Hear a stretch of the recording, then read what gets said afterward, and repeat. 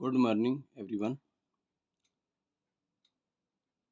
आज हम देखते हैं कि गॉस प्रमेय के द्वारा कूलाम के व्युत्क्रम वर्ग को कैसे निगमित किया जाता है। हमारा क्वेश्चन है, गॉस प्रमेय के द्वारा कूलाम के व्युत्क्रम वर्ग के नियम को निगमित कीजिए। यह ऐसा आ सकता है, गॉस प्रमेय लिखिए तथा इसके द्वारा किसी बिंदु आवेश के कारण उत्पन्न विद्युत क्षेत्र की तीव्रता ज्ञात कीजिए। ठीक है, तो गॉस प्रमेय क्या होता है? किसी बंद पृष्ठ के अंदर उपस्थित आवेश के कारण उस पृष्ठ से निकलने वाली कुल विद्युत फ्लक्स उसमें उपस्थित आवेश का 1/ε0 गुना होता है। ये मैंने अलग आपको गॉस थ्योरम पढ़ा ही दिया है, फिर भी अगर ऐसा पूछता है कि गॉस प्रमेय लिखिए तो आपको लिखना है और उसकी मदद से हमको क्या सिद्ध करना है, कूलाम के व्युत्क्रम वर्ग नियम को। अब आप क्या करिए, देखिए एक बिंदु आप ओ लीजिए, इस पर आप बताइए कि आवेश कितना है क्यू। इससे आर दूरी पर एक पॉइंट पी लेना है हमको और ये कहना है, यहाँ पर चूंकि हमने अलग आवेश रखा कैपिटल क्यू है तो यहाँ पर आप स्मॉल क्यू आवेश रख लीजिए। ठीक है, अब आप कहिए एक काल्पनिक, हम इधर काल्पनिक वृत्त की ऐसे रचना करते हैं। ठीक है, अब ये पृष्ठ कैसा हो गया? गॉसियस पृष्ठ हो गया और इसका हम ये जो गोला खींच की रचना किए हैं, गोले की रचना किए हैं, इसका पृष्ठीय क्षेत्रफल क्या मान लेते हैं? एस। ठीक है, अब इस बिंदु आवेश क्यू के कारण विद्युत क्षेत्र की तीव्रता का दिशा क्या हो जाएगी? ये हो गया विद्युत क्षेत्र की तीव्रता। अब आप इसी प्रकार पृष्ठ का एक छोटा सा टुकड़ा लीजिए, इसको कह दीजिए क्या? ds, और इसकी दिशा भी क्या होगी? ये हो जाएगी। मतलब जो विद्युत क्षेत्र की दिशा है, बिंदु आवेश, बिंदु ओ बिंदु पर स्थित आवेश के कारण वो दिशा क्या हो गई? ये विद्युत क्षेत्र की तीव्रता, ये दिशा, और जो पृष्ठीय क्षेत्रफल है इसकी दिशा भी है। मतलब दोनों के बीच में कोण कितना बन रहा है? 0 अंश। ठीक है, तो सारे पृष्ठ को इसी प्रकार हम मान लेते हैं कि सारे पृष्ठ छोटे छोटे ds से मिलकर रखा है, तो कुल पृष्ठीय क्षेत्रफल कितना हो जाएगा? s हो जाएगा।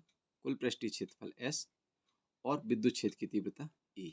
तो इस पृष्ठ से संबंधित फ्लक्स, जैसे हम पहले क्या रखते थे, d फाई बराबर ds इंटू E, ये किया था पहले, आपने देखा होगा पहले के थ्योरम में। तो संपूर्ण पृष्ठ के लिए आप क्या करिए, संपूर्ण पृष्ठ से निकलने वाले कुल विद्युत फ्लक्स ले लीजिए आप। संपूर्ण पृष्ठ से निकलने वाले कुल विद्युत फ्लक्स कितने हो जाएंगे? फाई बराबर पृष्ठीय क्षेत्रफल पूरा रख लीजिए आप, ds की जगह आपने क्या रख लिया? कुल पृष्ठीय क्षेत्रफल, और विद्युत क्षेत्र की तीव्रता क्या? E। दोनों के बीच में कौन सा प्रोडक्ट है? डॉट। मतलब क्या हो जाएगा? इसको आप सुधार कर भी ऐसा लिख सकते हैं, vector E dot vector S ऐसा, और इसके बराबर हो जाएगा क्या? ES कौन सा? Cos theta. और थीटा बराबर क्या है इधर देखिए, पहले ही मैंने बताया 0। मतलब फाई बराबर हमको मिल गया ES कॉस 0। कॉस 0 की वैल्यू क्या होती है? 1। देखिए ES ये हो गया, इसको एक नंबर दे दीजिए, because cos 0 is equal to 1, यानी कॉस 0 की वैल्यू क्या होती है? 1। ठीक है, चलिए अब ये हो गया एक नंबर। अब गॉस प्रमेय से, गॉस प्रमेय का क्या कहना है? गॉस प्रमेय से, गॉस प्रमेय का क्या कहना है? किसी बंद पृष्ठ के अंदर उपस्थित आवेश के कारण उस पृष्ठ से निकलने वाले कुल विद्युत फ्लक्स या विद्युत क्षेत्र रेखा,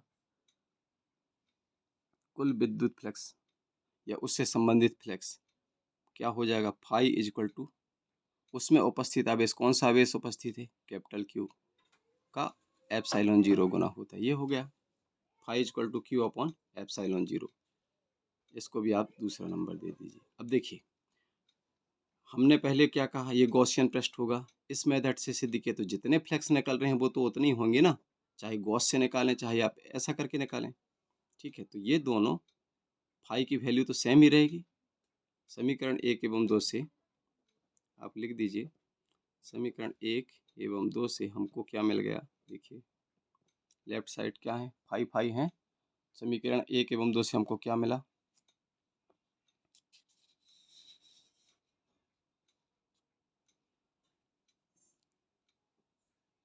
ई is equal to Q upon epsilon 0।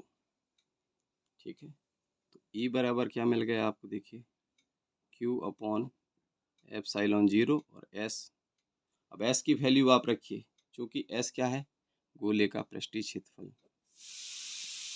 गोले का पृष्ठीय क्षेत्रफल, गोले का पृष्ठीय क्षेत्रफल क्या होता है, 4 पाई और त्रिज्या का स्क्वायर। गोले का क्षेत्रफल क्या हो, पृष्ठीय क्षेत्रफल क्या होता है, 4 पाई लगाना है और उसकी जो त्रिज्या है उसका स्क्वायर रख देना है। तो एस की वैल्यू क्या मिल गई हमको, 4 पाई आर स्क्वायर। ये तो हमने 9th में पढ़ा है। इस वैल्यू को आप यहाँ पर पुट कर दीजिए, आपको मिल जाएगा विद्युत क्षेत्र की तीव्रता ई बराबर Q upon 4 pi r square और पहले से क्या है एप्सिलॉन 0। आप इसको थोड़ा सुधार के लिख लीजिए ताकि बोलने में हमको सहूलियत रहे। Q upon 4 pi epsilon 0 r square, इसको कोई एक नंबर दे दीजिए, बन जाएगा। अब देखिए बिंदु आवेश, देखिए अब देखिए बिंदु O पर उपस्थित आवेश Q, ठीक है, और हमने क्या मान रखा है कि इससे r दूरी पर बिंदु P पर हमको कौन सा आवेश है, Q। तो इस आवेश के कारण एक विद्युत क्षेत्र E निकल रहा है और बिंदु P पर उपस्थित आवेश Q पर इस विद्युत क्षेत्र के कारण कितना बल लग रहा है, वो क्या हो जाएगा। मैंने पहली क्लासों में आपको बताया है, F इक्वल टू जिस पर हम लगा रहे हैं वो आवेश की वैल्यू क्या है, हमने माना है Q और विद्युत क्षेत्र की तीव्रता E। तो इसमें आप क्या करिए, F बराबर E की वैल्यू रख दीजिए। देखिए समीकरण 4 में क्या लिखा है, Q upon 4 pi epsilon 0 r square हो गया। अब आप क्या करिए, सुधार के लिख लीजिए ताकि जैसा हम बोलते थे 1/4 पाई एप्सिलॉन 0 Q छोटा बड़ा Q अपॉन आर स्क्वायर। अब ये क्या है, समानुपाती नियतांक हो गया। देखिए F is proportional to Q upon R square आ गया। कूलाम के व्युत्क्रम वर्ग का नियम, कूलाम का व्युत्क्रम वर्ग क्या कहता है, दोनों आवेशों के परिमाण हैं। इधर क्वांटिटी वेक्टर तो रहा नहीं ना, क्या हो गया, स्केलर क्वांटिटी हो गई, अदिश राशियाँ हो गई ना। यहाँ से देखिए डॉट प्रोडक्ट के बाद को हमको जितनी वैल्यू मिल रही है वो किस में मिल रही, अदिश में। तो कूलाम का क्या कहना है, दो बिंदु आवेशों के बीच, कौन से बिंदु आवेश हमने जो मान रखे हैं Q और Q, इन दोनों के बीच की दूरी हमने क्या रखी है R। इन दोनों के परिमाण के गुणनफल के अनुक्रमानुपाती हुआ, देख रहे हैं ना आप। देखिए नीचे एक्सप्लेन कर देता हूँ थोड़ा सा, कूलाम का व्युत्क्रम वर्ग कैसे निकल आया। देखिए F, इससे देखिए इस समीकरण से देखिए 5 नंबर से, इससे आप देखिए F आपको क्या मिला, प्रोपोर्शनल टू माने F समानुपाती है या अनुक्रमानुपाती है Q इंटू Q, दोनों आवेशों के परिमाण के गुणनफल के अनुक्रमानुपाती, ये एक लाइन हुई।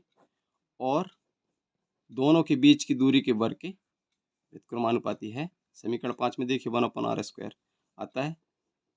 कूलाम के व्युत्क्रम वर्ग का नियम का सत्यापन हो गया, या ये कहें कि गॉस थ्योरम की मदद से हमने कूलाम का व्युत्क्रम वर्ग नियम निकाल लिया, जो क्या मिला हमको, Q upon R square.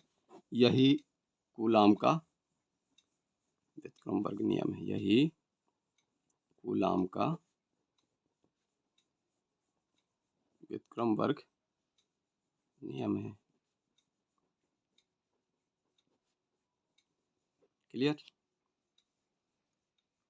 Okay. बताइएगा जो चीज़ समझ में नहीं आई होगी, हम कोशिश करेंगे समझाने की।